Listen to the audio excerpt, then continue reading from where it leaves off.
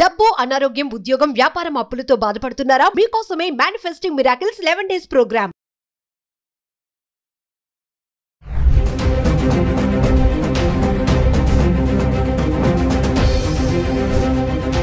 Hi hello నమస్తే, welcome back to Suman TV. ప్రస్తుతం మనతో పాటు ఉన్నారు consumers affairs committee chairman Mandari Krishnareddy గారు. నమస్తే సార్. నమస్తే.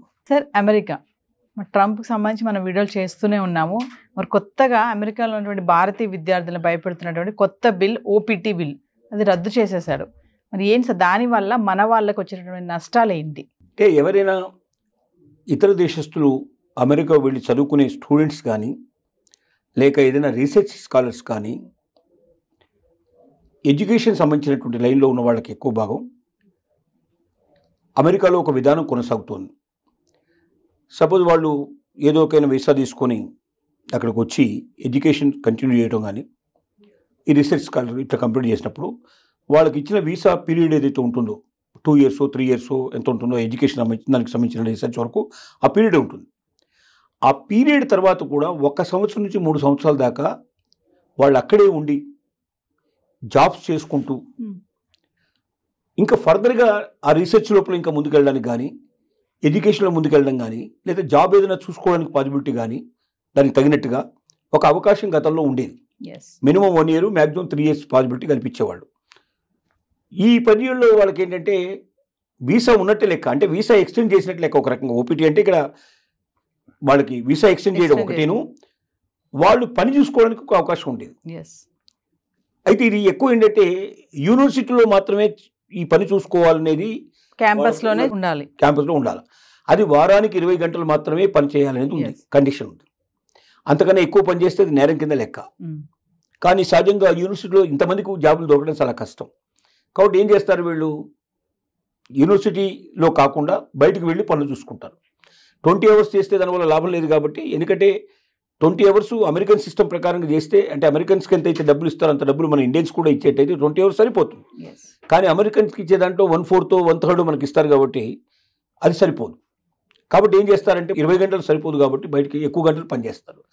ఈ ఎక్కువ గంటలు పనిచేయడం అనేది నేరానికి సంబంధించిన విషయం. అంటే అమెరికన్స్కు ఉద్యోగాలు దొరకకుండా బయట నుంచి వచ్చిన వాళ్ళు ఆ ఉద్యోగాల్లో ఆక్యుపై చేసుకొని తక్కువ రేట్లకు పనిచేయడం వల్ల అమెరికన్స్ రావాల్సిన జాబ్స్ రావట్లేదు, అమెరికన్ రావాల్సినంత జీతం రావడం లేదనేది అక్కడ ట్రంప్ యొక్క వివాదం. ట్రంప్ ఓపీటీ రద్దు చేయడంలో ముఖ్యమైన కారణం అది. ఇప్పుడు దీనివల్ల ఏమైందంటే లక్షల మంది విద్యార్థులు నష్టపోయే పరిస్థితి ఏర్పడింది. అంటే వాళ్ళకి చదువు అయిపోగానే ఇక వాళ్ళు వెంటనే మూటముళ్ళు సర్దుకొని వచ్చేసేయాలి, వెనక్కి రావాలి, ఏమాత్రం అక్కడ ఉండడానికి వీలు లేదు. గతంలో అయితే ఓపీటీ ఉండడం వల్ల మినిమం 1 year నుంచి 3 years దాకా వాళ్ళు షెల్టర్ ఉండేది. ఆ 3 yearsలో వాళ్ళకి యూనివర్సిటీ లోపల కూడా పనిచేసుకునే అవకాశం ఉండేది, బయట కూడా పనిచేసుకునే పాసిబిలిటీస్ ఉండేది. వాళ్ళు మొత్తం మీద అంటే యూనివర్సిటీ అని ప్రతిబంధకం పెట్టినా కూడా చాలామంది ఎక్కడ చేస్తున్న స్టూడెంట్ వీసా ఉంది కదా ఇతనికి, ఎట్లాగైనా 3 ఏళ్ళు 2 ఏళ్ళు ఉంది కదా వీళ్ళు చెప్పిన ప్రకారం ఓపీటీ ప్రకారం, కానీ ఎవరు కూడా పోలీసు కానీ ఎవరు ఆబ్జెక్షన్ చెప్పేవాళ్ళు కాదు. ఇప్పుడు ట్రంప్ తీసుకుని నిర్ణయం వల్ల ఏమైందంటే లక్షలాది మంది విద్యార్థులు వాళ్ళ ఇండియాకు రావాల్సిన పరిస్థితి ఏర్పడింది. ఖచ్చితంగా రాకపోతే ఇంకో మార్గం లేదు. ఎందుకంటే వాళ్ళని 1 month లోపల వాళ్ళకి ఈరోజు ఓపీటీ రద్దు చేశారు, 1 month టైం ఇచ్చారు. 30 రోజుల లోపల వాళ్ళు ఎట్టి పరిస్థితులు ఇండియాకు తిరిగి రాకపోతే వాళ్ళ మీద కేసులు ఫైల్ చేసే అవకాశం ఉంది, వాళ్ళ జైలు పంపించే అవకాశం ఉంది, వాళ్ళ మీద రకరకాల యాక్షన్స్ తీసుకునే అవకాశం ఉంది, ముద్రేసేస్తారు. స్టూడెంట్స్నే కాకుండా సార్, అక్కడ ఉన్నటువంటి యూనివర్సిటీస్ కూడా ఈ బిల్లుతో భయపడుతున్నాయి అంటే ఏం చెప్తారు సార్? ఎందుకు భయపడుతున్నాయంటే యూనివర్సిటీస్ ఎప్పుడు బాగా కలకలాడుతుంటాయి, స్టూడెంట్స్ ఉంటే బాగా కలపడతాయి.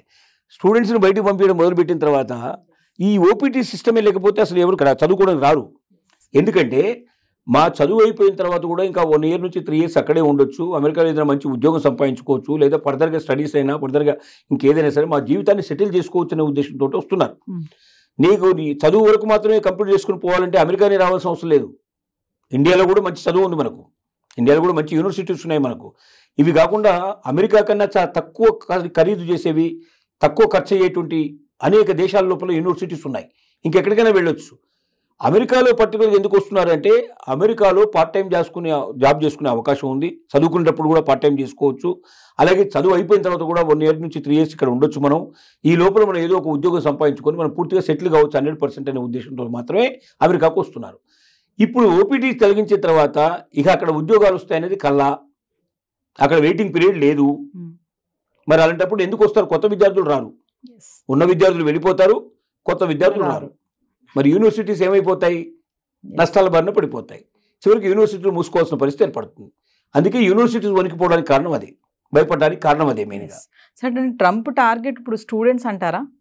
ట్రంప్ టార్గెట్ స్టూడెంట్స్ అని కాదు. ట్రంప్ ఏం ఎలక్షన్లో ఏం వాగ్దానం చేశాడంటే, ఇక్కడ ఉన్న ప్రజలకి నేను ఉద్యోగం కల్పిస్తాను, భద్రత కల్పిస్తాను, ఆదాయాలు పెంచుతాను, ఒక అమెరికాని ప్రపంచ దేశాల్లో నెంబర్ 1 దేశంగా నేను చూపిస్తాను, అప్పులు మొత్తం కంప్లీట్గా తీర్చే ఏర్పాటు చేస్తాను, ఆదాయం పెరిగే ఏర్పాటు చేస్తాను, దేశ భవిష్యత్తే గతంలో ఎప్పుడూ లేనంతగా ఒక ఉన్నతమైన పరిస్థితి, ఒక గోల్డెన్ ఎరా తీసుకొస్తాను నేను అని వాగ్దానం చేశాడు.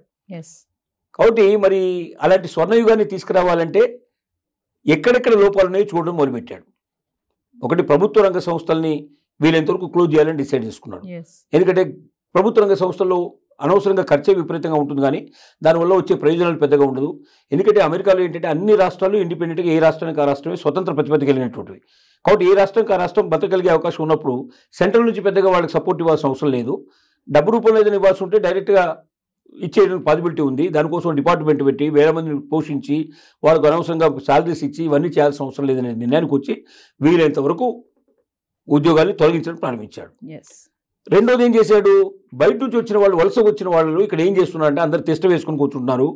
వాళ్ళు ఇక్కడ ఇతరుల ఏంటి ఈ అమెరికా మీద వ్యతిరేకంగా కూడా కొంత వ్యతిరేకత కూడా కూడగట్టేందుకు వాళ్ళు తోడ్పడుతున్నారు. తర్వాత ఇక్కడ ఉన్న ఉద్యోగాలు తన్నుకుపోతున్నారు. ఇక్కడ వాళ్ళకు ఉద్యోగాలు ఇవ్వటం లేదు. ఇక్కడ వాళ్ళకి అద్దెకు ఇల్లు దొరకడం కష్టం ఉంది. ఇక్కడ వాళ్ళకి అవకాశాలు తక్కువైపోతున్నాయి. కాబట్టి బయట నుంచి వచ్చే వాళ్ళని ఎంత తగ్గించగలిగితే అంత అమెరికా సేఫ్గా ఉంటుంది, సురక్షితంగా ఉంటుందని అతను భావిస్తున్నాడు. సరే, ఏదేమైనా ఓపీటీ బిల్లు రద్దు చేయడం వల్ల మన స్టూడెంట్స్కి అయితే తీవ్రమైన నష్టమే అనుకోవచ్చు. 100% నష్టమే. విద్యార్థులంతా వెనక్కి రావాల్సిన పరిస్థితి ఏర్పడుతుంది. కొత్త విద్యార్థులు వెళ్ళాలంటే భయపడే పరిస్థితి ఏర్పడుతుంది. ఇక అమెరికా చదువులకి కొంతకాలం స్వస్తి పలకాల్సిన పరిస్థితి ఏర్పడుతుంది. అసలు వాస్తవంగా ఎవరిచ్చినా సలహా ఇది ఇస్తారు. ఎందుకంటే ఏ క్షణంలో ఏం జరుగుతుందో తెలియని దేశంలో వెళ్ళి దేశంగాని దేశం లోపల అక్కడ ఉండి అక్కడ ఒకవేళ ఉండాలనుకుంటే ఒక నెలకి ₹1,00,000 ఖచ్చితంగా కావాలి. ఒక నెలకి ₹1,00,000 కావాలి. అంటే తల్లిదండ్రులు పంపించాల్సిన తప్ప ఇంకో మార్గం ఏముంది? తల్లిదండ్రులు ఎంతకాలం పంపించగలుగుతారు? చదువు అయిపోయిన తర్వాత కూడా ఇంకా ₹1,00,000 నెలకు చొప్పున సంవత్సరానికి 12 లక్షలు 10 లక్షలు ఖర్చు పెట్టాలంటే ఎంతమందికి అవకాశం ఉంటుంది అది? కాబట్టి చాలా మంది పోరు. 100కి 90 మంది 95 మంది వెనక్కి వచ్చేస్తారు. ఒక 5% పీపుల్ 10% పీపుల్ మేబీ డబ్బు బాగా ఉన్నవాళ్ళు పంపించుకునే పాసిబిలిటీస్ ఏర్పడతాయి. Thank you sir.